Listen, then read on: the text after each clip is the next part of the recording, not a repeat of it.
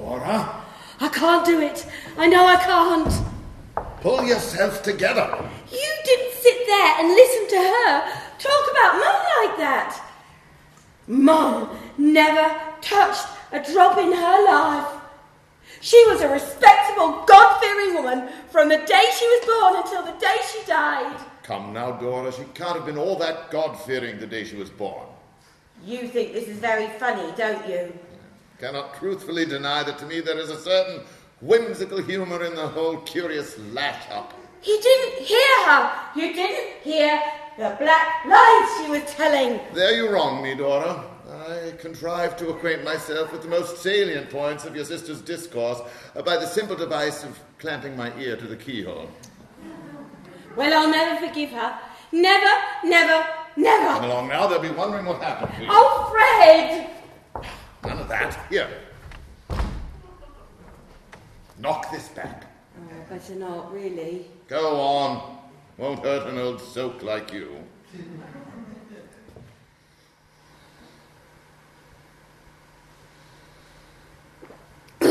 There we go. That's better.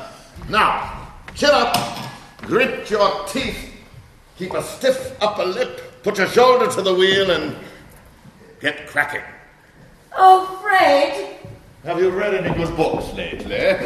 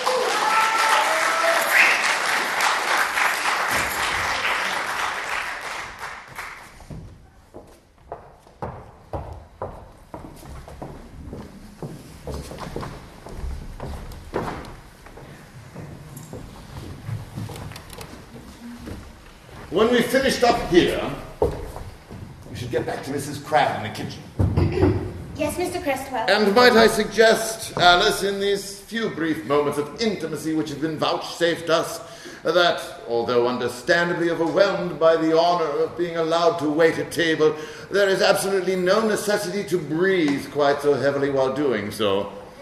I'm sorry, Mr. Crestwell. When you approached the future Countess of Marshwood with the creamed carrots just now, you sounded like a goods train rounding the bend.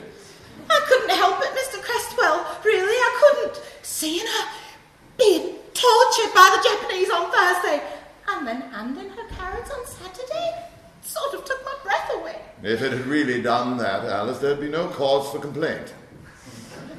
Yes, Mr. Crestwell. Nor is it entirely in accord with the higher traditions of domestic service for you to stare at Mrs. Moxton with your eyes bulging from your head and your mouth open. Oh, it was such a surprise, seeing her sitting at the table like that, dressed up to kill.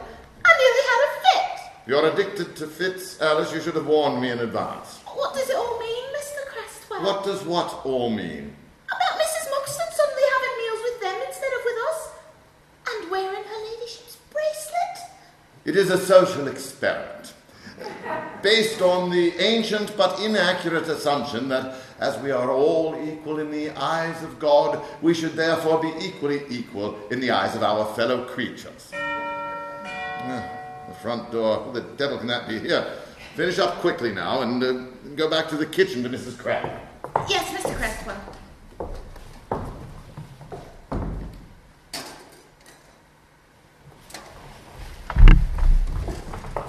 I will inform his lordship that you're here.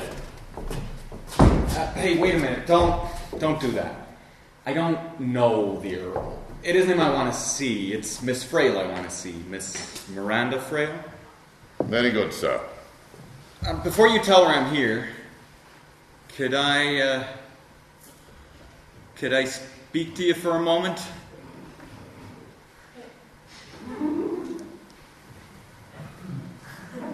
Take 3 deep breaths, Alice, through the nose.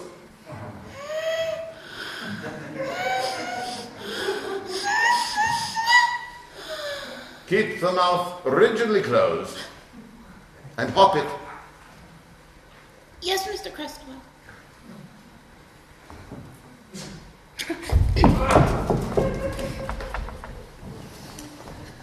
You were about to say, sir. Look here. I'm Don Lucas. Yes, sir. I recognized you immediately, if I may say so, sir, with pleasure, not unmixed with dismay. I don't get you. I gather, sir, that you wish to speak to Miss Frail privately. Yeah, that's right. I do. Miss Frail and me, well, we're very old friends. Yes, it is the awareness of that fact that tinctured my spontaneous delight at seeing you with a modicum of apprehension. Come again? Sequestered as we are here, sir, in our remote Kentish vacuum, we are not entirely out of touch with the larger world beyond. We have been privileged, thanks to the silver screen and the various periodicals appertaining to it, to follow both your public and private affairs with the keenest interest. You're a very popular figure here, Mr. Lucas. Thanks a lot.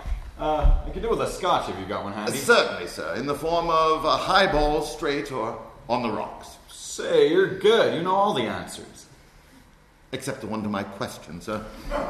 Okay, you win. On the rocks. Certainly, sir.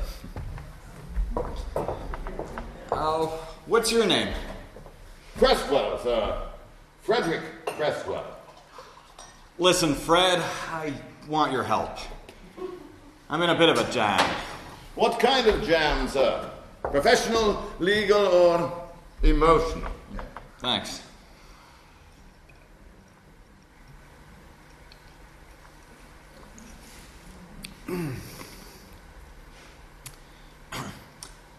I want to talk to you man to man. Any other approach, sir, would seem curious, to say the least. This Earl of yours, is he really planning to marry Miranda, Miss Frail, or is it just a publicity stunt? Well, sir... See, I heard the news on the radio 3 days ago, and I hopped a plane right away. I gotta know whether it's the real McCoy, this marriage, or whether it's just the studio publicity department pulling a fast one. The real McCoy, I'm afraid, sir. Can't do this to me. Just can't. I gotta see her, Fred. I gotta see her alone now, and you gotta fix it. They're all in the middle of dinner, sir. I don't see how I could extricate her without shooting the works, as you might say. Well, you don't have to say it's me. Say it's a reporter from Life magazine. She'd do anything for Life magazine. An unaccountable impulse shared by so many public figures. Say it's a 4-page spread for the next issue with her picture on the cover. That'll fetch her. I'll do my best, sir. Fred, you're a pal. Here you go. $20. Oh, the Treasury Department knew I had this, sir, they'd grant me a knighthood.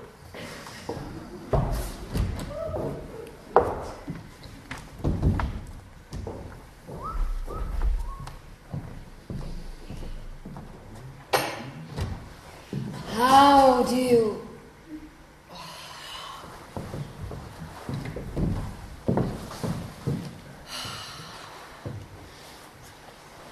Surprise! Pete, Pete. you son of a bitch. Pete! Of all the low-down mean tricks, I'll never forgive you for this. Never. Never, never. Honey, I gotta talk to you. I'm going out of my mind. Don't come near me, you snake.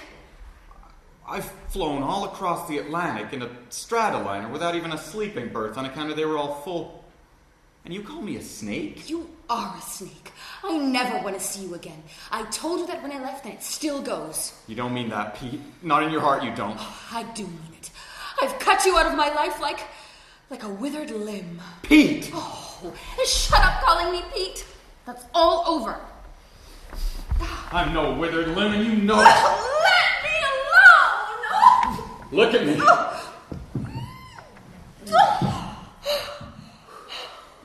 Now then, am I a withered limb? How could you? How could you? I'm crazy about you, Pete. I've been crazy about you for 3 whole years. Crazy? About me? What about B.G. Lemaire?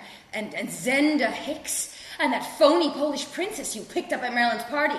They didn't mean a thing to me. Not a thing, you know they didn't. They were just ships that pass in the night. Oh, maybe they were. But they certainly passed through your beach house in Santa Monica on the way to the open sea. So we're back at that again, are we? You bet your life we're back at that. I gave you all I had to give. My heart, my dreams, my tenderness. Everything but equal billing. Dawn, please go. For the sake of all we've meant to each other. For the sake of all the good times we've had. Don't come busting in here and spoiling everything and making a scene. Please. Do you love this guy? Yes, of course I do. I mean, really love him. As much as you love me. Dawn, please, I'll be here in a minute. As much as you loved me? It's different. I mean, no people love other people in the same way. Well, I'm crazy about you, Pete. I've fought against it. I've tried to forget you. Ever since we had that row. Ever since that night when we said goodbye and you threw your Oscar at me. I've been trying to get you out of my mind. Out of my heart. Don't. Please don't say any more. Pete?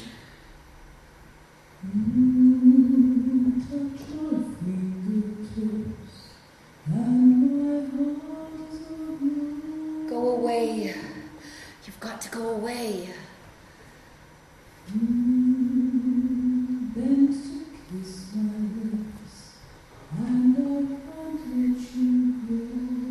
Okay, I'll go. I know we're all washed up. I know now that there isn't any more hope for me.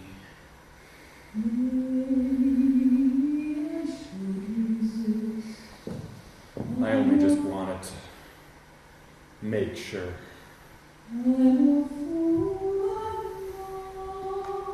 Goodbye, Pete. It was swell while it lasted.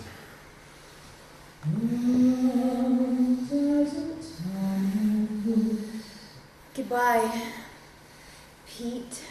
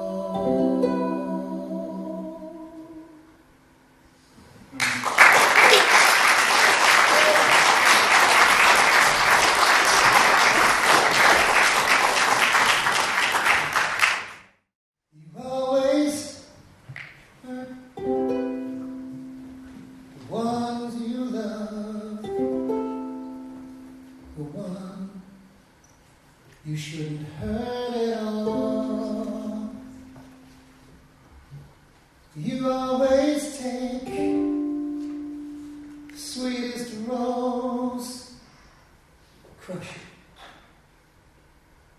until the petals fall. You always break the kindest heart with a hasty word you can't recall.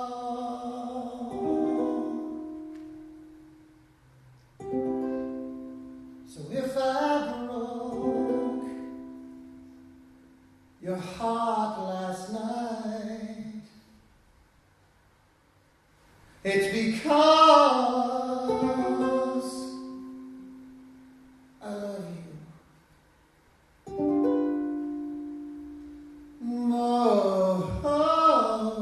most of all.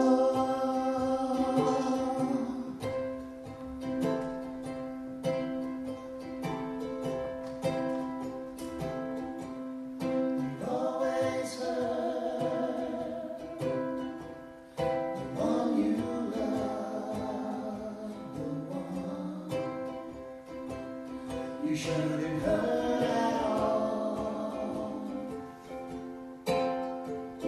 You always take the sweetest rose, crush it until the petals fall.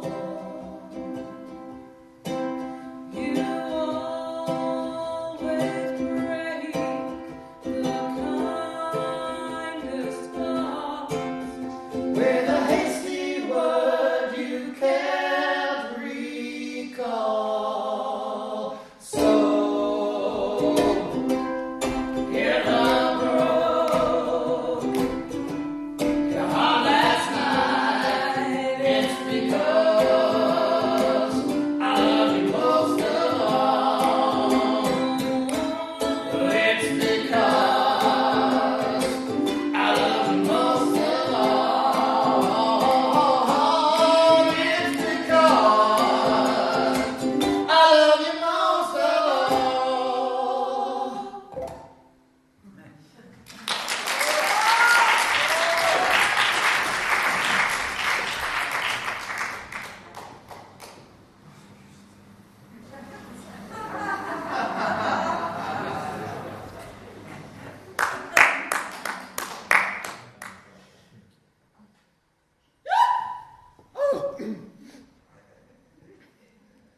I came to rescue you, Miranda, but I see it was unnecessary. This is one of my very old friends. We were just saying goodbye. But surely he has just arrived. I've got to get back to London. This is Don Lucas. Don, this is Lady Marshwood. I thought I recognized you, but I simply couldn't believe my eyes. This is a most delightful surprise. Thank you, ma'am. You're surely not intending to go back to London all the way tonight, are you? I'm afraid I have to. I've got... Nonsense. That long, dreary road, and in the middle of the night. And in the pouring rain. It isn't raining. It will be by the time he gets to Canterbury. I've never known you to fail. Besides, I couldn't dream of letting Mr. Don Lucas creep into the house and out again without letting anybody know.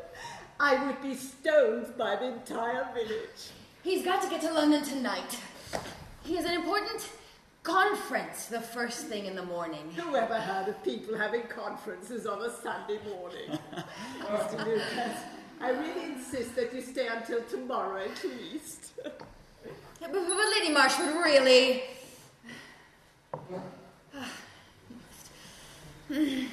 You really must let me have my own way. You're not married to Nigel yet, you know. I am still the mistress of this house, and I intend to rule you all with a rod of iron until the last possible moment. Cresswell can supply you with anything in the way of pyjamas or razors or toothbrushes. Oh, please, Mr. Lucas. I shall be terribly hurt if you refuse. But, I mean... Thanks, Lady Marshwood. I'd like to. Don... You rang, my lady. Cresswell, Mr. Don Lucas is going to stay the night. You will see that he has everything, won't you? Certainly, my lady. And tell his lordship that Mr. Don Lucas has come. And ask them all to hurry up. We'll have coffee in here. Very well, my lady. How extraordinary to think that the last time I saw you and dear Miranda together, you were carrying her practically naked through a burning village. Please help yourself to a drink. Thanks a lot. It's all over there. You're not going to go back into the dining room and have any more of that disgusting sweet, are you? No, thank you. Then sit down and relax.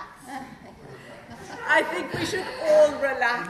What, it's been a terribly exciting day. What with you and Nigel arriving, and Mr. Don Lucas appearing out of the night, and the garden overrun with girl guides.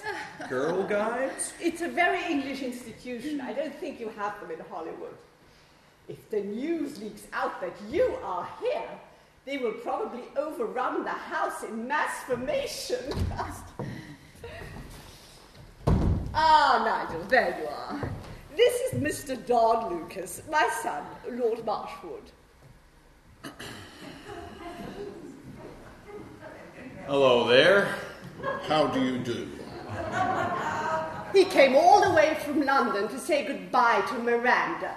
They're old friends, you know. Yes, I do know. And believe it or not, he wanted to go all the way back immediately. Have you heard of anything so absurd? Fortunately, I was able to persuade him to stay the night. Stay the night? Don't worry, Cresswell has everything under control. Of course. How thoughtful of you. Cynthia, this is Mr. Don Lucas. He obviously doesn't need an introduction. Lady Hailing. How do you do? Mrs. Moxton, Mr. Lucas. My pleasure. Admiral Hailing. And my nephew, Peter Ingleton. I was in America once. 1922, Norfolk, Virginia. Do you know it? No, sir. I was commanding a light cruiser squadron in the West Indies. We had to put up in Norfolk because of boiler trouble. You know, I think It was damn hot. Ah, Cresswell, thank you. My lady. Are you going to be in England long? No, I've got to get back. I've got to get started on a new picture. Oh, how exciting. What is it about, or is that a secret? No, it's no secret. It's an old story. The oldest story in the world. It's about a bum. What an odd subject for a moving picture. Felicity, bum doesn't mean quite the same thing in America as it does in England. A bum is a guy who doesn't have any place to go, who doesn't have anything to live for, who just bums around wishing he was dead. That sounds very sad. Does it have a happy ending? No, I'm afraid that's not how it goes. It's not how it goes at all, I'm sorry. Poor Mr. Lucas, he does seem upset about something. Peter, be a dear and go after him. And for heaven's sake, keep him away from the shrubbery. Did you know he was coming, Miranda? No, of course I didn't. I think it was very inconsiderate of you to ask him to stay, Mother. It would have been far more inconsiderate to let him go back to London all the way in the middle of the night. I was thinking of Miranda. He was too. That's what's upsetting him. You asked me before dinner, Mother, when Miranda and I were going to be married. Yes, we're all dying to know. And I replied, if you recall, as soon as possible. Certainly, I remember. I've changed my mind. Nigel? It's going to be sooner than possible. It's going to be on Monday.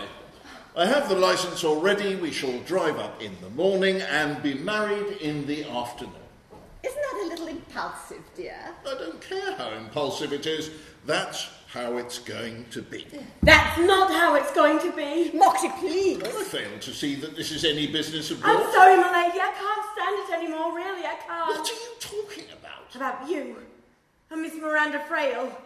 You're not going to marry her tomorrow, Monday, next week, or ever at all. What's got into you? Have you lost your mind? Please, Moxie, don't say any more. It won't do any good. Though, let her go on, Felicity. She might as well now that she's started. It will at least clear the air. Clear the air? I'm sorry, my lady, if you think I'm letting you down, but I can't go through with it anymore. It doesn't feel right, and it isn't right, and I shouldn't ever have started it in the first place. But as he's gone this far, I'd like his lordship to know a few facts first before he marries my sister. My God! Dora? That's right, dear. Dora! The one who ill-treated you when she was drunk and died in sordid circumstances. Oh, my friend, that has got completely out of control. But I don't understand. What are you doing here? I thought you were dead. You never thought any such thing. You never cared whether I was dead or alive. Well, more fool you, because here I am, alive and kicking. And if you think you're going to march around as mistress of this house that has been my home for 19 years, you've got another thing coming. Oh, please, Nigel, take me to my room. This is all too unpleasant. Oh, just a minute. You're going to listen to what I have to say if it's the last thing you do. This is insufferable. You're dead right, it's insufferable. It all sounds very touching. You standing there in the slum, gazing up at the window of the room your mother died in. Well, it might interest you to know that Mum died in St. Thomas's Hospital, and she probably wouldn't have died at all if you hadn't gone and broken her heart by behaving like a tartan, running off to America with that greasy little agent. How dare you speak to me like that? Oh, it's Don't listen to her. It's all true. Don't listen to her. It's all true, Frida, and you know it. And I wouldn't have said anything about it if you hadn't started showing off and making out you were brought up in the gutter. A London Cockney, born within the sound of Bow Bells. You were born at number 3 Station Road, Sidcup. And if you can hear the sound of Bow Bells from Sidcup, you must have the ears of an elk hound. Oh, I can't bear it anymore. I can't. Take me away, Nigel. Take me away. Oh, his lordship married you and took you away 3 times over. It wouldn't change the fact that I'm your sister, and you better remember it. I think, Moxie, you have said quite enough. Not quite, my lady. There's still a bit more, and my heart's heavy with it. I've got to leave this house for good tomorrow. I can't be your lady's maid anymore, not for all the will in the world, I can't. It's all over and done with. Goodbye.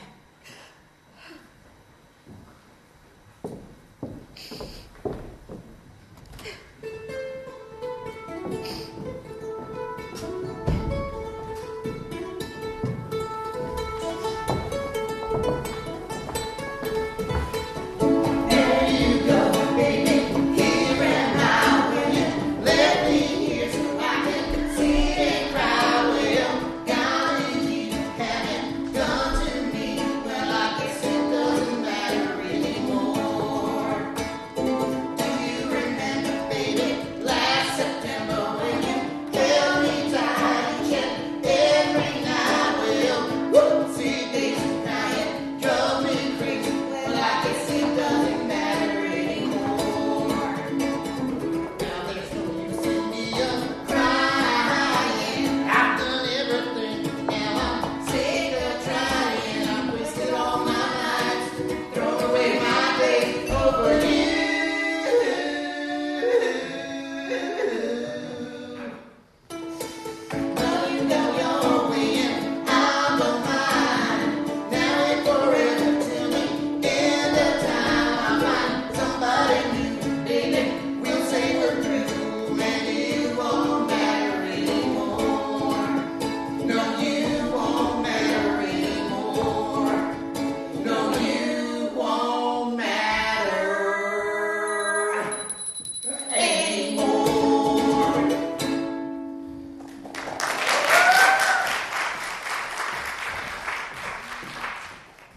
You rang, sir.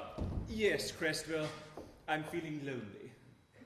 The house is like a tomb. Where is everyone? His lordship came down very early, sir. He said he was going for a long ride. His ladyship was called at the usual time, but hasn't come down yet.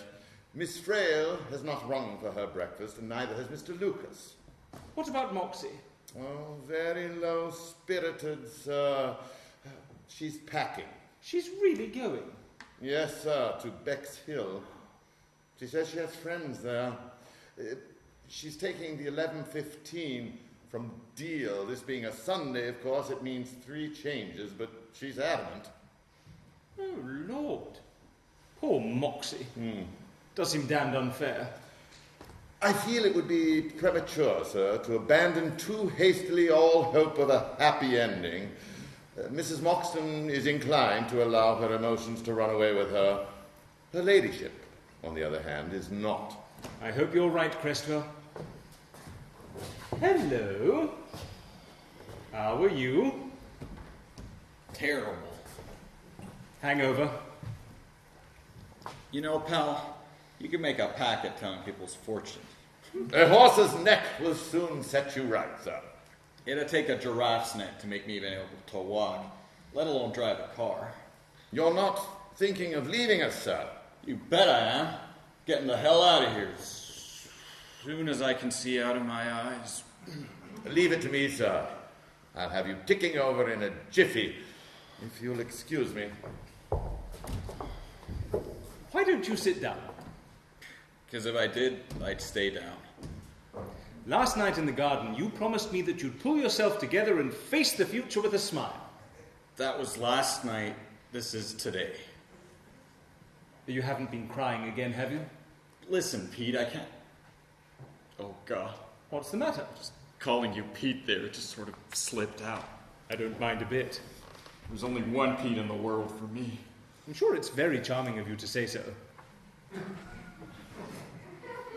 You were wonderful to me last night. Just wonderful. We're friends, right? Of course we are. God, it's great to hear you say that. It is, honestly. I'm so glad. Friendship's a rare thing, you know. One of the rarest thing in the whole goddamn world.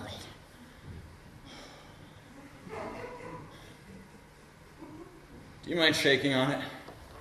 Not in the least. If you think it's really necessary. Attaboy. What on earth are you doing? Shaking hands. Good morning, Mr. Lucas. You're just the person I wanted to see. Peter dear, I'm going to the garden for a little while. Getting rather sick of the garden. The study, then. Anywhere. I want to speak to Mr. Lucas in private. Okay, pal. Do sit down, Mr. Lucas. Thank you. Don. You don't mind if I call you Don, do you? I feel as though we were old friends. Thanks, ma'am. And you must call me Felicity. Mom sounds so royal. It makes me feel as though I was opening something. Your horse's neck, sir. Oh, thanks.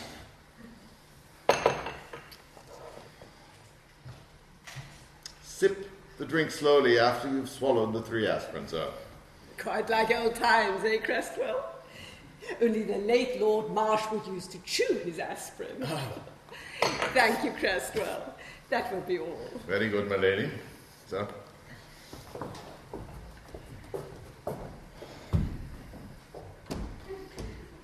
I guess I got a bit high last night and acted like a heel. I'm sorry.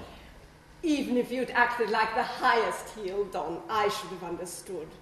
After all, you've been under considerable emotional stress, haven't you? Yeah, I guess I have been. And you still are. Listen, ma'am, Felicity, I'm gonna snap out of it. I know when I'm licked. Courage, Don, courage. Should have never come busting down here, sticking my neck out and making a fool of myself. I see that now. It's no good being crazy about someone if they're not crazy about you, is it? We're all washed up, Miranda and me. A long time ago, only I was too dumb to believe it. Are you so sure? What do you mean? I am Nigel's mother, and therefore what I'm going to say to you now is doubly difficult. Can I trust you, really trust you? Sure you can. I have always believed, foolishly perhaps, that when two people really love each other, nothing in the world should be allowed to break it. This proposed marriage between Miranda and my son is a mistake. A tragic, ghastly mistake. Because you are the one she loves. The only one she will ever truly love. She told me so. She told you so? Not in so many words, Don, but I am a woman. And I knew at once when I saw you together, from the expression in her eyes when she looked at you, from the tone of her voice when she spoke to you, that her heart, her obstinate, capricious heart, belonged to you. She told me I was a snake and she never wanted to see me again. She said I was a withered limb. People never say things like that unless they are passionately in love. I was surprised at you, Don, I really am. When I think of your passionate resource in that burning village, well, look at you now. That was a movie. Real life doesn't work out like movies. Not as a general rule, I admit. But I don't see why it shouldn't, just every now and then. But what can I do? Don't do anything. Just wait. And above all, keep up your courage and don't admit defeat. Ah, hello, Nigel. I do hope you had a good ride. No. Peter? Good morning. Peter? I hope you slept all right. Yeah, thanks. What's happening? You ought to know better than to ask that, dear. Nothing whatever happens on a Sunday morning. Don would like to see the church. I thought you might show it to him. The tower's normal, but the rest's a good deal later. Later? Run along, both of you. Thanks, man. Felicity. Come on, then. Mom Felicity sounds so domestically American, like Mother Goddamn or Grandma Moses. I want to talk to you, Mother. Not just now, dear. I've got a million things to do before church. There's no use trying to deceive me, Mother. There's no use trying to pretend after last night that everything's all right, because you know damn well it isn't. What happened last night was unfortunate, I admit, but I don't see how it changes the situation in any way. Mother! You said, rather loudly, I thought, that you had a special license and were going to marry Miranda tomorrow afternoon. Well, that's that then, isn't it? I do think it's rather sad on the village people, of course. They were so looking forward to a grand wedding. After all, we haven't had any real excitement here since that ship foundered off the South Foreland. I'm too distracted to bear your sallies, Mother. I barely slept a wink all night. Have you seen Miranda this morning? No, have you? No. Then I think you should. She's probably fairly distracted herself. You don't like her, do you? No, of course I don't. I think she's a perfect ass. Mother! Well, what could be more asinine than to invent all this nonsense about slums and pubs and gutters when all the time she was perfectly respectably born at Sidcup? She was romanticising herself. I don't see any particular harm in that. After all, her whole life has been spent romanticising herself, and very successfully too. Well, I expect it's become a habit. Well, she'll have to break herself of it. We can't have the new Lady Marshwood wandering about the countryside telling the most appalling lies to everybody. She was naturally a bit nervous and ill at ease. She probably wasn't thinking what she was saying. She seemed quite at ease to me, sitting there, sipping away at that disgusting lemonade. Why couldn't she have a nice, healthy martini like the rest of us? That's unreasonable and unkind. You remind me so much of your father at moments. Well, perhaps he'd have been able to think of a way out of this situation. I'm damned if I can. Neither can I. Isn't it maddening? Of all the incredible, horrible coincidences. I quite agree. But there it is, and we shall just have to rise above it, shan't we? Is Moxie going? Yes, to Bexhill. She's catching the 11:15 from Deal. Bexhill? It's quite a charming place, I'm told. I shall join her there in a few days when all the fuss is over. You can't go and live at Bexhill. You haven't the slightest intention of leaving this house, and you never have had. That's where you're wrong. When you marry Miranda, I shall certainly leave the house. Watching her doing that embroidery give me a nervous breakdown in a week. How can I marry her now, in these circumstances? You can't not marry someone just because they haven't been dancing to a barrel organ when they were 5. I think your flippancy is absolutely unforgivable, Mother, and in the worst possible taste. How does Miranda feel about the situation? I don't know. She went to bed in floods of tears last night and slammed the door. Well, if I were you, I would take her for a nice long walk and hammer at it till you find a solution. Thank you for everything, Mother. You've been a great comfort to me.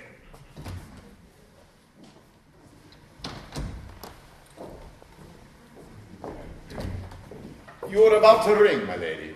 Yes, Crestwell. Will you have Mr. Lucas's car brought round? Certainly, my lady. And have you given Miss Frail my message? Yes, my lady, she should be down momentarily. How did she look? Well, she looked rather papery. I don't think she slept very well. She was inquiring after trains to London. I told her there was an 11:15 from Deal, but that she'd have to change at Ashford and Maidstone. I don't know why that train ever leaves at all. It never seems to go anywhere anybody wants.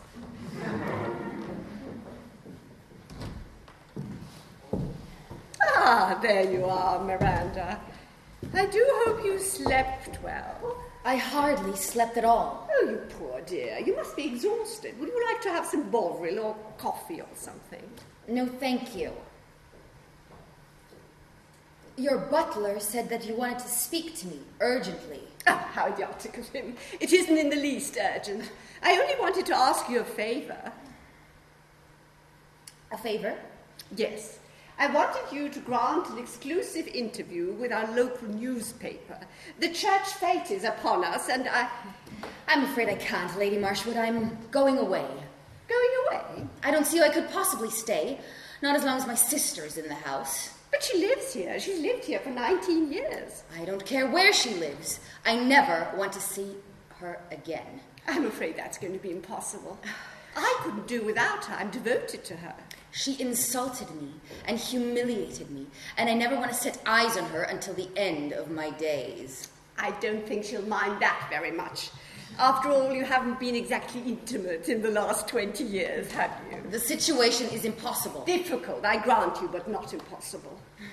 Moxie and I won't be in the house all the time. We'll go away sometimes, on little visits. Do you mean to say that you are going on living here after we're married? Naturally. This happens to be my home, you know. I lived here steadily through Nigel's first marriage. Of course, it didn't last very long, but that wasn't my fault. Or at least I don't think so. And Dora, or Moxie, or whatever you choose to call her, she'll live here too? Of course. But that's quite out of the question. It would be intolerable. It would be far more intolerable for me if she went away. But you must see. I'd be helpless out without her. I wouldn't be on time with a single meal. My hair would be all over the place, and I would be covered in safety pins from head to foot. You don't want me to marry Nigel, do you? Not at the moment, Miranda, no. But I'm sure I shall get used to it. I'm very adaptable, you know. We shall have to make certain allowances just at first, but we will doubtless jog along together quite nicely after a while. Jog along together? I know it doesn't sound very alluring put like that, but you do know what I mean, don't you? I do. I'm not quite as stupid as you think. Oh, I'm so glad. I also know that you planned all this business of Dora dressing up just to belittle me in front of Nigel, just to make me look like a fool. I had no idea that you yourself would contribute so generously to the final result. Before I set one foot in this house as Nigel's wife, Dora, or Moxie, or whatever you choose to call her, will be out of it for good. On the contrary, she will receive you at the front door. We might even prevail upon her to drop you a curtsy. The press photographers would love it. You forget one thing, Lady Marshwood. Nigel happens to be in love with me. He won't stand by and allow me to be publicly humiliated. Are you so sure? What do you mean by that? Nigel is my son, Miranda. And like his father before him, he has one ingrained temperamental defect. He loathes disharmony, detests scenes, and runs like a stag at the first sign of a domestic crisis. Are you trying to suggest that owing to all this business of Dora being your maid, that he won't marry me? Certainly not. Nigel's a man of his word. I'm merely giving you a word of warning. I don't need any warning. Thank you. Really, Miranda, for a successful and world-famous woman, you're quite remarkably silly. How dare you speak to me like that? You forget, my dear, that I am already virtually your mother-in-law. And as it seems fairly obvious that we are destined to have a series of unpleasant scenes in the next few years, I think we might curtail this one now, don't you? We leave for church just before 11.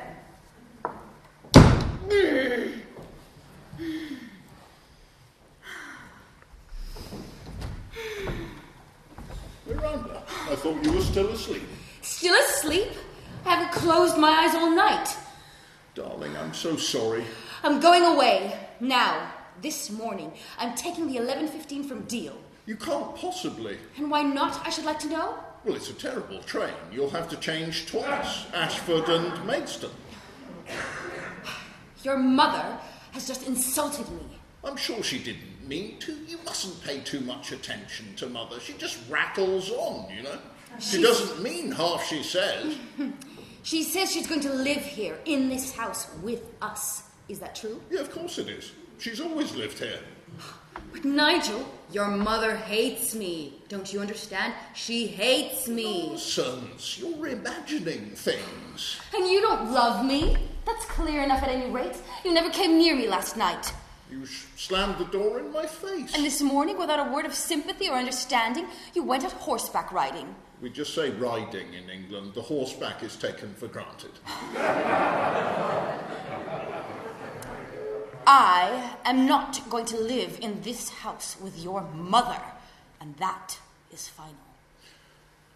As my wife, Miranda, I expect you to live where I live and do as I ask you to do, and make every effort to be on good terms with my mother.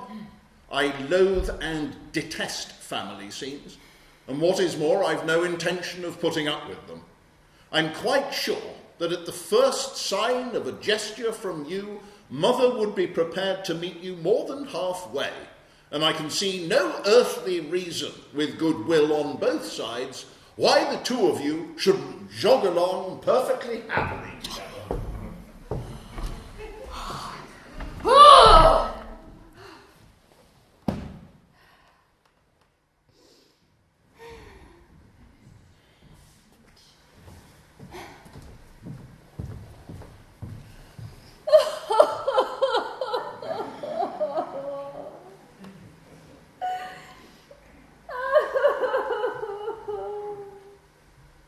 Pete?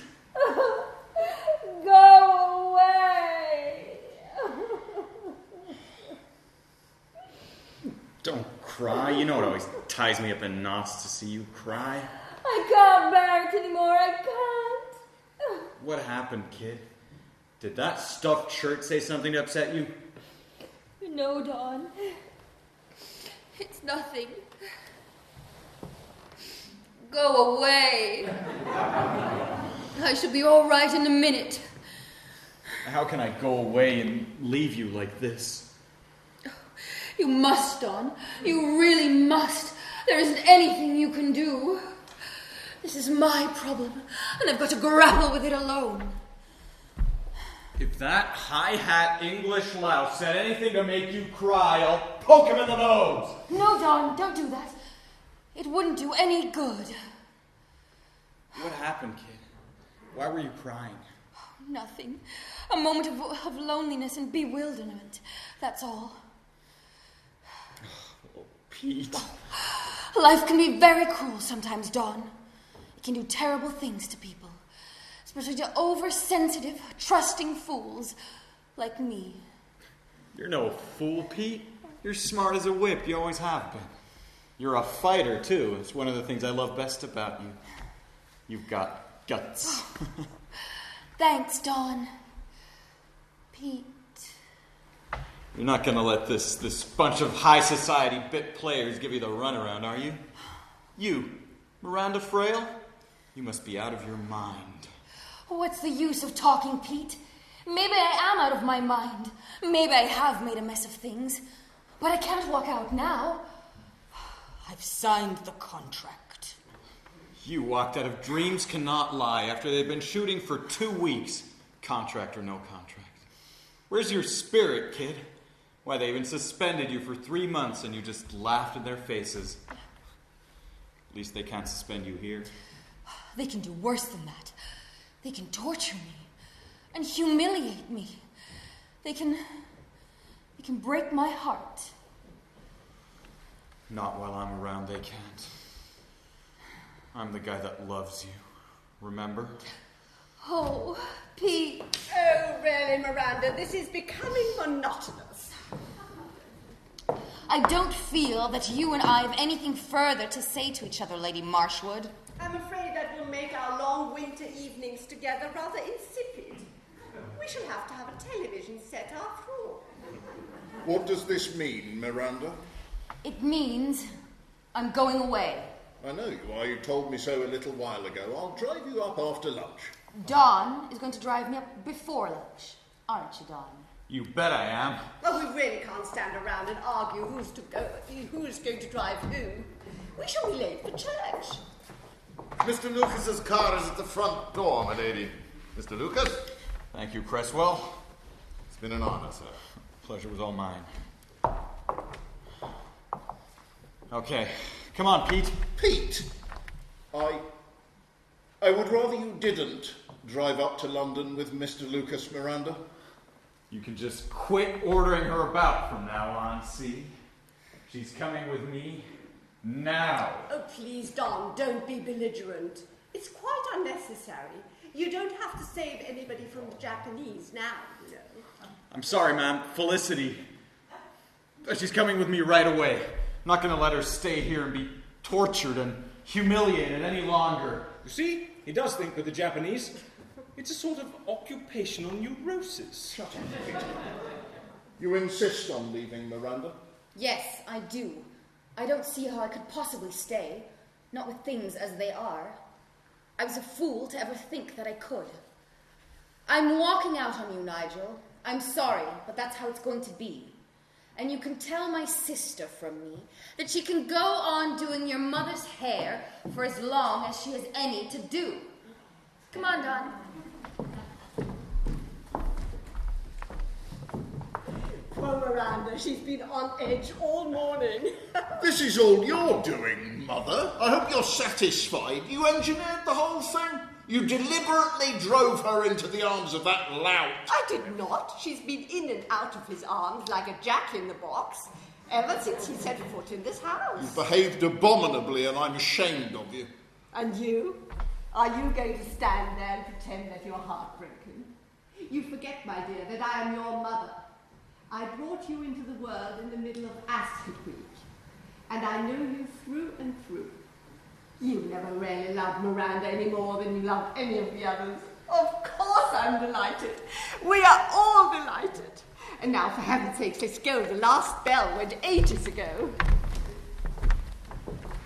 Ah, there you are, Moxie. I wonder what has happened to you. I've come to say goodbye, my lady. Rubbish, Moxie. Take off your hat and don't be so silly. But, my lady, Do as I tell you, and for heaven's sakes, give me some money for the collection. There's nothing more to worry about. I can't go into it now, but Cresswell will explain. Thank you. Cresswell, give Moxie a glass of sherry. She looks as if she were going to fall down. Nigel, dear, it's your first Sunday at home, and you really must try to look as if nothing happened. After all, if you analyze it, nothing much happens, has it? nothing much has happened. No, dear Dora, it's all off. The status shall remain happily quo. But when? How? Why? Yes, why? The eternal question. Why is the earth round? Why is the sky blue? Why are your eyes red? And apropos of the upheaval here at Marshwood, why, dear Dora, do fools insist on falling in love?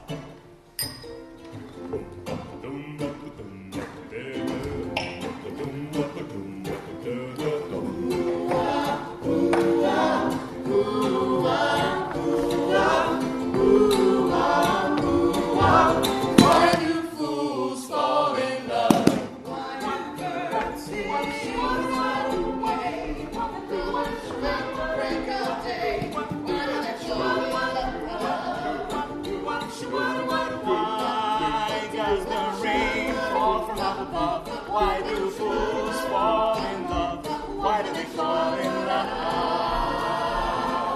Love is a losing game. Love can be a shame. I know a fool, you see, for that fool is me. The fool is me. Tell me why.